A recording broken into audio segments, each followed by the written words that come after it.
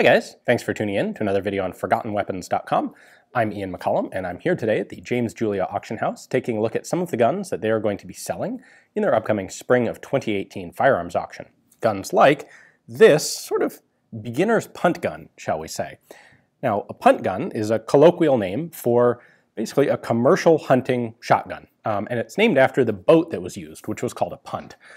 The idea here is that you would have a very low to the water boat, and you would mount a gigantic shotgun in the front of it, and you would sail around or paddle around waterfowl areas and obliterate as many ducks as you possibly could to bring back to market. This was literally commercial hunting. This is how markets got large amounts of waterfowl to sell. That sort of thing isn't done by one or two hunters going out with standard shotguns and collecting, an armful of birds. No, it's done by getting boatloads of them. This particular version was manufactured from 1905 until about 1930, and this sort of practice kind of went out of favor after World War II. But you do see it earlier in the 19th century, or earlier in the 20th century. In fact, it's interesting. You could really get into it. There are feuds between sport shooters and market shooters, with each blaming the other for problems with the amount of game that's around and each interfering with the other's activities, and there's a lot you could dig into there if you're interested in the subject. But specifically today, we're just taking a look at this gun. This is a French manufactured gun made by Darne, and it is what they called a Canardière Portatif. So a portable Canardière is like a market fowling gun. The other version, besides the Portative, was the Grosse Canardière, which was the big, basically duck cannon. These small portative ones were made in 8-gauge and 4-gauge, and this is a 4-gauge one.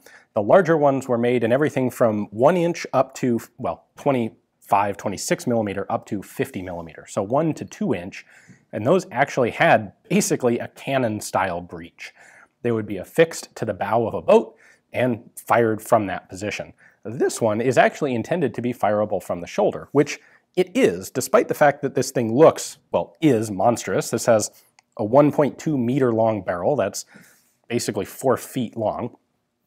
Despite that, it's not all that heavy. It's 14.25 pounds, and so I can actually shoulder this thing without too much difficulty because the weight is mostly in the action, and that barrel is not all that heavy or poorly balanced. So the idea with this thing is you could fire it from the shoulder.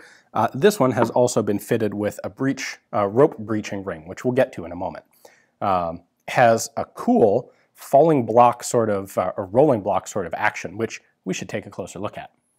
This thing has a suitably gigantic bolt handle and gigantic trigger guard.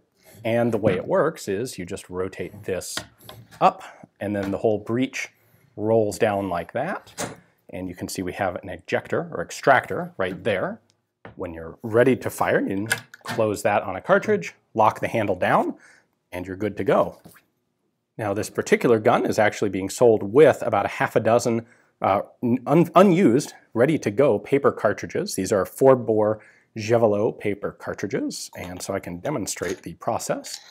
Put one of those in there, rotate that up.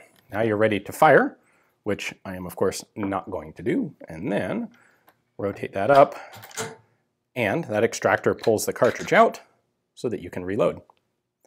We have a company name marking here on the breech block, and Saint-Étienne, which is where Darne was located. Serial number on this is 127 right there, which is stamped in a couple places. It's also on the left side of the receiver here. The barrel is marked with a 100, and that indicates the length of the cartridge case. It's a 100 millimeter long case, so approximately, in fact, the bore diameter on this is 0.920, which is really kind of more like a 6-gauge than a 4-gauge, but then it has a 100 millimeter or 4-inch long case. And then we have a recent proof mark or set of proof marks here on the right side of the barrel. This gun was at some point purchased by someone in England fairly recently, and they had it reproofed according to British law. So that's actually, while the markings are a little ugly on the barrel, it's good to know for any future buyer that this thing is definitely still a fully capable firing shotgun. There's nothing to stop you from actually using it.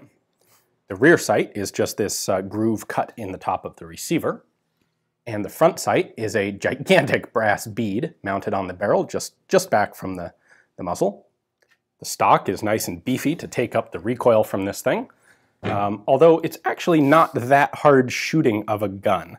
The recommended charge is 216 grains of powder, or 8 drams, with 80 grams of shot, or 2 3/4 ounces of shot.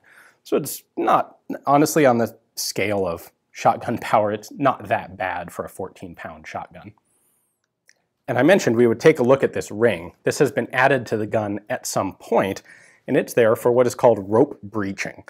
On some of the larger punt guns, one of the things that they did to mitigate recoil was actually use basically a length of rope to tie the gun to the prow of the punt, the ship, well, boat. And the idea is, upon firing, the rope would actually stretch somewhat, and that would absorb a lot of the recoil of the gun. And that has been set up here on this gun, presumably so that if you wanted to fire this thing from a punt lying down, normally lying down would be a terrible way to fire this thing, because all of the recoil, even if it's not the worst recoiling thing out there, all of the recoil would come into your shoulder, and you're not going to move, and it's just going to punish you. Shooting prone. So instead, you can tie this off to the front of the ship and allow it to absorb some of that energy.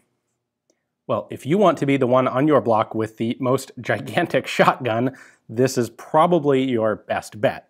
And of course, it is just a cool piece of hunting and, let's be fair, culinary history, really.